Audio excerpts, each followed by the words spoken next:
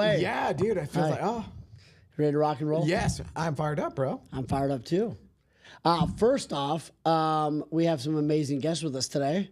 But before we get to these amazing men, what did we Throttle Up? I keep wanting to say launch because it was launched last night. Well, you named it, so Yeah, I did name it, and I continued to forget the name. It was just so brilliant. It's beyond words. Right. But Throttle Up was awesome. So good job. Thank you. That was fantastic, and kudos and congrats to everybody involved. And it was better than I could have hoped, and the content is starting to trickle out now because we had all the rock stars in the studioUSA family, all the folks that do shows. So we did last week at MetroTex, in lieu of going live on Friday, we did an event where everybody that does a show, puts a show together, hosts a show, or creates video content essentially got on stage and opened the kimono and like, hey, this is how we do it.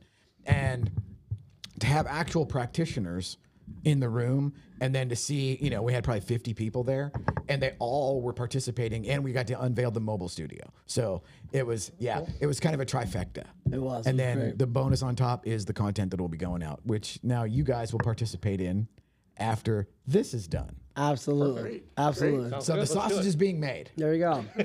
So wait, who do we have? Who did you bring? So Scott Gill and Bill Stedman, and you I have been more or less harassing you until you got on camera. I think it's been a bit of an assault, right? Because here's what I love. I get to work with these two amazing men. But what I love and what I want to unpack a little bit is you both have incredible backgrounds in architecture and study. Like, you've done a lot on the knowledge side, where most people get in the market and they kind of just figure some stuff out and pretend to know what they're talking about. You guys actually know what you're talking about. So I'm curious, give us just a little brief on each one of your backgrounds, and then what led you into real estate in the very first place. So you were always interested in real estate because you studied a lot in real estate, but let's start with you, Scott. Give me the background. How'd you get here? Oh, the background is I have a degree in architecture. Yep. And I went to work with my family in commercial real estate, initially doing space planning and tenant design and things like that. Then I transitioned into residential real estate, initially with the thought of getting a place, redesigning it, rehabbing it, and selling it. Yeah. But I had so much fun in the sales part, and that was in Chicago. Right. When Yes. I was new in Chicago, and I went into brokerage to learn the market. Right. And had great success and great fun. And then I was tapped to be a manager for the company I was working with. And that went from management position to management position. Yep. And from that, I had the opportunity to take a pause, came down to Austin to get my PhD in architectural history. This followed having written a couple books on architectural history. And Bill and I had been working with the same firm in Chicago. Okay. And I was in Austin. Bill came down and joined, and he initially set up his own shop in in real estate, and then said, "Come on and join." So I did, and the rest is kind of history. And we've had a great time. How crazy does it drive you when real estate agents try to explain architecture? They have no idea what they're talking about. I would love to know your greatest pet peeve from someone that actually knows what he's talking about compared to everyone else. Well, I have to be careful. I have to be very careful. Yes. And that's where Bill is great, because I'll get a kind of a nudge in the side that says, just smile and say, okay. Yes, this Tudor farmhouse. And you're like, what is happening? No, please stop talking. We just don't respond. It's pretty much the mantra. Please don't. Please. Yeah, please Bill don't. will remind me of our little saying, which is the less said, the better. There you go. And, you may be right, but in the end, you'll be wrong. Having opened up your trap. That's a life principle that most people never learn, actually. I think, that's a good one. Yeah, so it comes in, the architectural history in the background, the background in practice and in history really come to play when working with buyers to help them understand what they're looking at and what it can be. Yes. And with sellers and saying, how are we going to market this? Yeah. And what are some of the really distinctive aspects of the property that we can highlight that others simply can't because they don't have the knowledge? Which is why I want you to make 15 videos a day, because you have so much knowledge to bring to the table, really, and that's what I want people to get is from, especially from both of you, is just the knowledge you bring to the table is real knowledge, and like you said, because there's a lot. I think there's a lot of opportunity now with like repurposing and a lot of ways that we can, go out of property and do different things with it, but you actually have to know what you're doing. Yeah, that's true. And you actually know what you're doing. So you're harassing me again to make more videos? I am. Yeah. I think you are. I will. I don't know if I will ever stop. It feels more like a calling at this point. It's gone from an interest to that. Yeah. All right, Bill, you went to Columbia, you went to Princeton, right? You know luxury real estate all day long. How were you duped into? I mean, how did you get into? I feel like we're all duped into it one way or the other, right? Someone gave us a gateway drug of like, oh, come look at a house, and then we're still here. Well, I grew up in a real estate family. Okay. So my parents had a business in Ann Arbor, Michigan. Oh, really? And it was my father was a developer. So I grew up on that side of the business. But after college, I went to New York City and needed to get to work. Yeah. And so I got my real estate license and started working for a company selling and marketing new construction.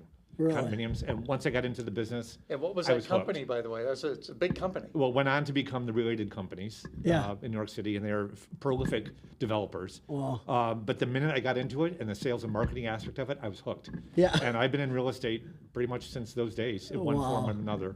I was an agent like Scott was, and then managed a couple offices in Chicago. Flagship offices for a really high-end firm there. Yeah. And from there, built my own business, and that's what Scott and I do now. And the way we kind of work, I mean, as you alluded to, Scott is really on the kind of the property end, and he understands the property. In fact, he's being way too modest. He can walk into any piece of property and nail when it was built, usually within about 5 years. So he'll go in, totally understand what we're looking at. I'm on the sales and marketing end, so I like to take the property and market it and see, look at all the things we can do to get this property out into the market, to get exposure and to get interest. You're outstanding at that. Yeah, that's what I like to do. So we work together in complementary ways, and I think our clients kind of respond to that because they see kind of two things happening simultaneously, whether they're buying or whether they're selling. Yeah. No, I think it's a really cool way you guys are able to partner together and that kind of stuff. Because like you said, sometimes what I find is sometimes somebody's really good at marketing and selling, but they don't. Sometimes the best salespeople don't necessarily know what they're talking about. Yeah. And then sometimes the people that are the most brilliant know what they're talking about are horrendous at the telling people that they know, like you said, like being overly modest, right? It's like, so like you guys doing that together, it really does. And I think that's why, especially the high end and the luxury community has become such a home for you, because you really know what you're talking about, and people really appreciate that when they're working with you, because they can tell the difference between somebody that knows and someone that doesn't know. Well, generally our clients are fairly sophisticated. Yeah. They know what they're talking about, and they want to talk to somebody who knows what they're talking about. So if they're evaluating a property or they're trying to see what the potential might be, they really want to talk to somebody who knows, who understands the property. Yeah. And who understands sales, which is, that's one of your key advantages. Yeah. Is you really know how to, I can tell them all about the history of the egg and dart molding until their eyes glaze over. But you're able to say how we can take that and really blast it out there and get you a better price in shorter time for your property because of this. Sure. Yeah, and that's what's important. I mean, our clients really want to know that we're going to sell their property for the highest amount of money in the shortest period of time. So with the least amount of hassle. Yeah, so that's how kind of how we work together. Yeah. Yeah. Very cool. Rick, I feel like you're so far away. No. This is fascinating to me just from the aspect of a partnership. Yeah. Where, because my initial thing is like, okay, who does what? And I'm curious, so how long have you guys been actually business partners? Oh my gosh. Well, we both worked in they started at 16. No, we've worked in the same company since 2002. With a sponsor. We've worked together really since, as definitely a team, since about 2008. 18 or so. Yeah. right? Okay, so the About better 7 part of years. 10 years as an official Yeah, group. yeah. And so now do you guys have But guys? but always together before, advising each other. Okay. Even when we weren't all right. together. So you as a didn't team. have any of the stereotypical things of like, hey, wait a minute, I'm the guy in the room that does that. Oh Not no, at all. never, No. never. Because I'm always fascinated about that because on the, let's say on the lower end or the beginning levels, that tends to happen just as everybody's bumping into everything. You know, they don't really know what they're doing. But as you ratchet up in prestige, ticket price, and all of the other things, that's when egos can kind of come in, because not only is it human nature to be territorial, it's now there's more at stake. And so I'm fascinated whenever there's humility and partnership and the ability, because like you guys have like deferred to each other, and because I'm like, okay, so I have 2 ex-wives and no kids, so it's like I'm terrible at long-term partnerships. So, So Rick and I joke that this is just our excuse to every Friday do therapy. By Yes. the way. Oh, man, we're this just, is- yeah. we're just here And- working out our issues. So thank you for coming and along. it's twofold. It's like I tell everybody, oh, if you want to have like amazing, people to interact with and coaches and people that are smarter than you, build a studio and have a show. Yeah. And so then it becomes, wow, they show up. And then, but like here we are. And so in the partnership side of things, I've only now in my mid 50s come to a place where I'm like, oh no, I'd much rather have somebody that's better than me, objectively better than me, doing that job or playing that role or running that part of the company. Well, that's exactly how we work it. I mean, we're totally aligned. We want everything done to the best way it can be done for our clients. So if that means someone stepping out of the way, one of us takes the lead, either with a client or a property or some aspect of a transaction. That we understand that's a better way to do it. Sometimes it's Scott, sometimes it's me. So it just depends which way it's going to work. Well, and to what you were saying, one of our background where we've both sold, so we understand what it's like to be on the front lines. Then we both managed, and we managed for the same company. And Bill was working high end in the city of Chicago. I was working high end in the North Shore of Chicago, in Winnetka. And we would compare notes. So we would see what's going on in the different markets, what the problems are, how agents interact.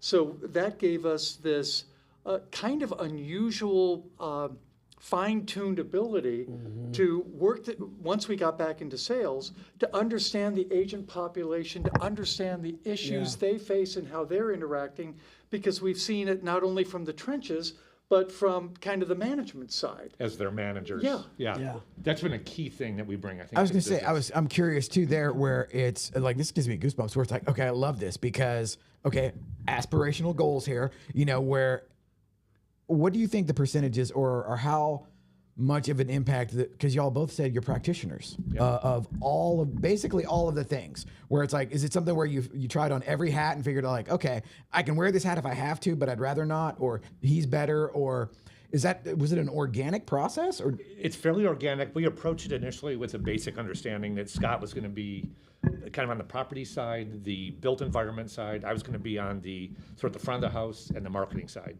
But that being said, there are times when we kind of cross over into each other's lane just for the sake of the transaction or the client or whatever, to get it done the best way it can be done. And now, was that a deliberate thing where like you sit down and be like, okay, you're good at this, I'm good at this, you're technically better than me at this, I probably have a little bit more in the wheelhouse on this. Is that something that you did? And I'm only saying this for purely selfish reasons, where like I'm currently going through. It's a little more organic, I think, than that. Yeah, we've talked about it a little bit, but it also depends on the personality we're dealing with. So for instance, as Bill's saying, I'm more back of house, I'm more the analytic type. Bill's more the promoter type, more front of house. But sometimes we have a client who's going to relate better to one of us or the other, in which case we say, you're a better match, go. Yeah, we've had some doctor clients, highly analytic. They want to see the data. They want to make their own decision. Scott really takes the lead in that situation, because he's very good about presenting them with the data they need so they can make the decision. Right on. And I tend to be more, promotional. More Well, yeah. Does it I'm look right great? there Does it with feel you. great? Yes, Like, how do you yes. like it? Yeah. Yeah, I'm Yeah, right you there. were somebody who just said, don't give me an Excel spreadsheet. You know, Just show I me a want to know beautiful how house many where you live have here. great Right. parties. Yeah, where's you the have- swag? And Like, doesn't Bill it feel has a- great? This place feels amazing. Yeah. Bill has a background in interior design too. He's been trained in interior design, so he can go through and say, the Excel's over here, but look how fabulous this room could be if you Pretty only much. did this. I love it. Yeah. So we're kind of getting left and right Well, brain. and both of us. Yeah. We're actually doing that today. We're shooting a $5 million property for Sotheby's, and it's like I can go and direct traffic. Yep. But like my partner Tanner is objectively better than me at the nuts and bolts of like, oh, this is what the buttons on the camera do. You know, it's like I can take killer pictures if need be, but I'm not the guy that's going to give you a clinic on how to do it. And then for him to be able to drive the bus, and then like you guys said, everything organically came to a place where like it all fits and it all works. Yeah. So, I love it. Yeah. Very cool. Well, there's so many aspects of the business too. In the course of building a business, building marketing, building understanding of a local market, working with clients, handling the referrals. All of our business is by referral, pretty much. So we work with clients, and then they refer their family, their friends, their colleagues, their coworkers to us. And so there's a certain understanding when they come to us of what we're going to do for them. And we want to live up to that expectation. Like a concierge kind of thing, like where it's white glove. Very full service. Yeah. Well, and the beauty of the yin and yang of our two personality types is that I have a couple personalities in there. So Well, we don't go there. I just answer myself. I'm like, I really like your personality. I'm like, that's great because I got a couple more coming up. So we'll see if you stick around for the ride. Yeah, no. But the beauty is that a client doesn't just get, by the luck of the draw, just get one. Yes. They get both of us. Yeah. And we take it back.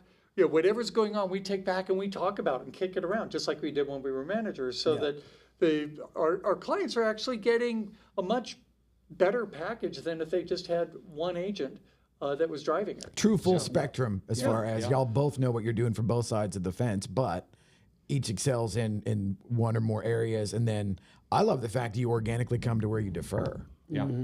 Yeah. Well, and one of the things I love most, the coach in me wants to highlight is like what you were doing years ago, you're still doing, but like the conversations you have is one of the ways you do intentional reflection. And I think a lot of people are out there just kind of all on their own. And what they don't have is kind of like that back and forth, like, hey, I just had a meeting with somebody today, and here's what I think I could have done better. You had a meeting, what did you do great? Like, and my guess is you guys have been doing that for a long time, like organically, but really powerfully. And I think what most agents, I tell you what, I think they would see a big increase in their skill level if after every listing appointment they called their friend and they go, here's what I did great, here's what I think could have done better, give me a little feedback. And if they did that back and forth after they make their calls, after they do their listing appointment, whatever. I think they would see their skills really increase because I think they're trying to do their own feedback, which is usually not very powerful, right? It's usually either I sucked at that, right? Like, you know, but without any, they just beat themselves up, or they think they did amazing, and neither one of those is usually 100% true, right? Usually you didn't do as bad as you think you did. And even when you did great, there were some things we probably could improve. So the coach in me wants to highlight that, the fact that you guys, you get a kind of 5x your growth by having that intentional feedback from the time you spend together and the conversation you consistently have. So I think it's beautiful. That's good. Here's what I want to know. You've been in some of the most incredible architecture places in the country. I mean, New York, Chicago, I mean, these amazing places, Austin. How does Dallas compare to everywhere? Like, what do you love about Dallas when I assume you've been to, like, and I'm being harsh. I can't imagine going from Chicago and New York to Dallas and be like, yeah, this is 8 days old. You know, like it seems different. You know what I mean? It's probably because I grew up on the East Coast where like and our old isn't even anyway near compared to the rest of the world. But what do you love about Dallas when it comes to the real estate and the architecture and the vibe? Why choose Dallas? What do you love about it? I'll turn to you first. One of the things I like about Dallas, people are not afraid to try something new. And things don't stick around very long. I mean, something is old in 10 years and they just go do new. Yeah. But there's a lot of creative energy that comes with that. And that creates a very vibrant real estate market. Yeah. Because people are constantly looking for what new, improved, better, best, new finishes, new look, new color, new texture, new space. You don't see that in a lot of cities. Interesting. Now, so they're kind of like just trying to keep the status quo, just keep it the way it is. Well, if you look at more established East Coast cities, there's a reverence for the past. Yeah. But sometimes you can get stuck in that. And so you put a lot of energy into just preserving what was from the past. And there's a place for that. Sure. But there's also a lot of energy that comes with, hey, what can we do that's now, that's different, that's cool, that's better, that's more what we want, and create something for today's market. And there's a lot of energy in Dallas around that, and that we find that both very exciting. I love that. By the way, I just love his excitement. Like, I feel like you, I love the excitement that you have around that kind of stuff. It just, anyway, speaks to my soul. I think it's wonderful. Yeah, no, and Bill's right. I mean, there is an excitement here. There is a total willingness to experiment, to try new things, to stay current. Yeah. For instance, in more, the older markets like the Chicago, New York, as Bill said, there is a reverence for the past. That this was a house built in 1920. We can't touch it. It was done by such and such architect. Oh, and it's great. You hear people go, yeah, it's a house built by in 1920. And first of all, it's lucky if they don't go and start over. Absolutely. But let's assume they don't.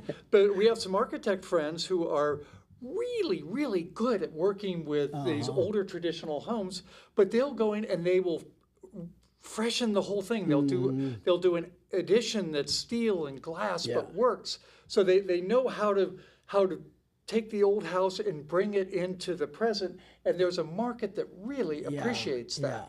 In Chicago, it's very much, this was a house by so-and-so, and you can't touch. Yeah. Well, I think you guys have such a cool, I imagine that process is so fun to work with you on, because you each have such an insight into like how do we respect the past and do something how do we do something new without kind of messing it up, right? It's like, because I'm sure you've seen lots of those where it's like, we wanted to do something new, and you're like, now we should just knock it over. Let's start over. Yeah. No, that's wonderful. Okay, so right now, what do you see? What are your clients?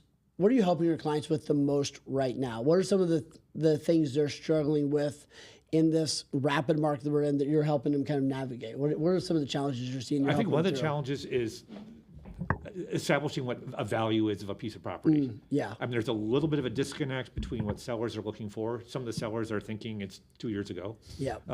Buyers these days are very cognizant of interest rates and what their options are. Buyers they know it's not 2 years ago. They know it's not 2 years ago, and they have a lot. They know they have options. So I think buyers are more patient right now. I think sellers maybe get a little frustrated when things aren't going quite as quickly as they thought they might. But it's getting those two sides together, and transactions are still happening. I mean, life is happening, and life is what drives people's real estate decisions. And I think some of these real estate, I love you said, because I think some of these real estate agents forget that. They're like, oh, we're in a bad market, whatever. Like, life continues on. People are still getting married. They're still having kids. They're still downsizing. They're still looking for that condo in the city. They're still looking for the second house. So that is all still happening. And it's just helping our clients navigate through that and see what their options are. There are actually some incredible opportunities in the market right now. Just working with somebody who understands the market is important. And there's a lot that's happening that will never make it to the MLS. Clients will never see it on Zillow. These are properties that are very special, and they just quietly happen. So, and that's something we've done increasingly more business in, is this sort of private market. It's become a big pillar of our business now. So it's important. Well, and what are some of the organizations you guys are with that you love spending? Because I know that there's several that you really love spending time with, and you're hearing and having conversations that most people never get privy to. And if they're working with, I'll be rude for a second, the 22-year-old agent that doesn't know, what street he's on, he's not going to be able to expose his clients to those kind of opportunities, right? Like things that you know about that are happening, moving, shaking, whatever it is, opportunities that most people never, like you said, it never gets to the MLS, whatever it is. So what are some of the things, organizations you guys are part of and love to be involved with? Well, one of them is the Texas chapter of the Institute of Classical Architecture and Art. Wow. And that is devoted to classical architecture and art, but and everything related to it. And I'm the secretary, so here we go, on the more analytic side. Then Bill is also involved, but Bill has helped take the organization here to new heights to get people in it in a very fun way. So why don't you talk about what you've got we're actually having a champagne crawl through the design district next week. So good. It's literally there's a lot of energy around this. It's on my calendar. And we've got people coming in from outside Dallas specifically for the purpose of going to it. But Scott is very involved. Both of us are very involved with architectural organizations in Dallas.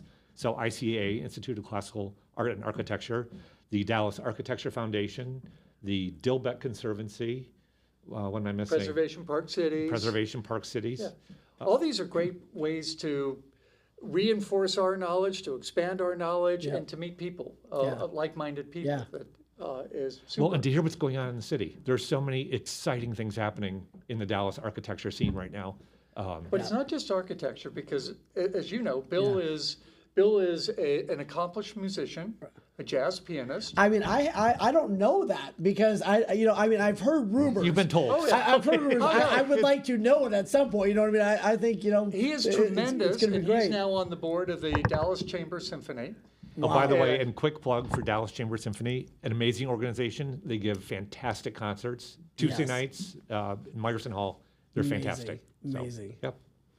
Yeah, so we're involved with that. That gets Bill out, and he, as you know, he has a somewhat engaging personality. Absolutely. There. And when Bill sits down at a piano, we were at a friend's birthday party out of town, and next thing you know, he's down at the piano, and everybody is around him singing show tunes and dancing and the whole thing. So it's another way that we have fun and we connect with people.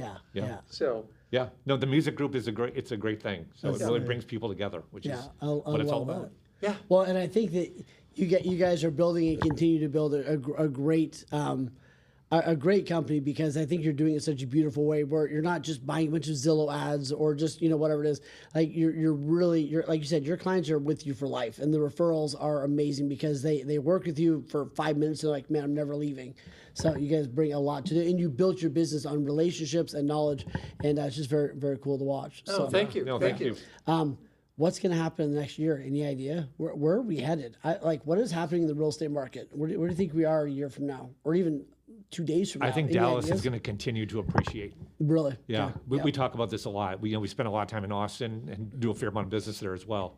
And we saw Austin fast out of the gate around COVID with the tech businesses down there. And that's going through a little bit of a called a readjustment right now. Yeah. We feel like Dallas just continues to slowly appreciate. What do you think the difference is? I think Dallas is a more mature city. It's been a bigger city for longer than Austin. Yeah. It's very established businesses, established neighborhoods, some great housing stock. Yeah. And Austin does too, but Austin is just much newer. Yeah. So it tends to be a younger market, very tech oriented, very outdoorsy. Yeah. But kind of a different vibe than for Dallas. For sure. Yeah, what we've seen is our favorite analogy is the tortoise and the hare. Right. That while Austin was the hare just bounding forward Right, yes. In the tech boom, Dallas has been the tortoise that just keeps quietly moving ahead. And it's becoming really a national financial center. Yeah. As you're aware, with Goldman Sachs and Chase and all those that are building these major presences here. We have this is one thing we learned in Chicago, the importance of the airports. And so you've got the big Southwest hub in Love that's very conveniently located. Also good for people who have private jets. And then you've got DFW, which is the third busiest I saw that in the was world. number 3 now. That's behind Dubai and Atlanta. I mean, that is a huge number. I mean, that is well, incredible. that speaks to how connected Dallas is to the entire world. To the world, and American was going to be doing Terminal F, and it started it, and it was going to be just kind of more gates. And now they've gone from a $1.5 billion project to a $4 billion project, making it a full separate terminal based on their view of the prospects of Dallas's growth, DFW's growth in the future. And so you look at that and say, wow, I mean, this city it's very optimistic. Yeah. It's pushing forward. It will succeed. Yeah. I mean, that's kind of the whole Texas thing. And then you look at the economy as a whole. We think that we're going to get through all the disruption that's going on right now on the national level. Yeah.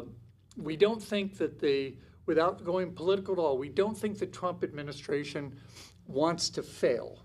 Yeah. So that's we're really hoping on that, so that all this disruption, we go through it and we come out in calmer waters. We're fingers crossed. Yeah. And if that happens, we think that the market is going to take off like a jackrabbit Yes. because everybody, as we talked about earlier, is still holding back. They're still waiting to see what's going to happen. Agreed. And if things go as we hope, then we think it's going to be tremendous, and we think it'll be tremendous in Dallas. No, I agree with you. I agree. Well, and one of the things too, we're involved with a group that it's a neighborhood group, and it reviews development projects that are kind of coming down the pike. Okay.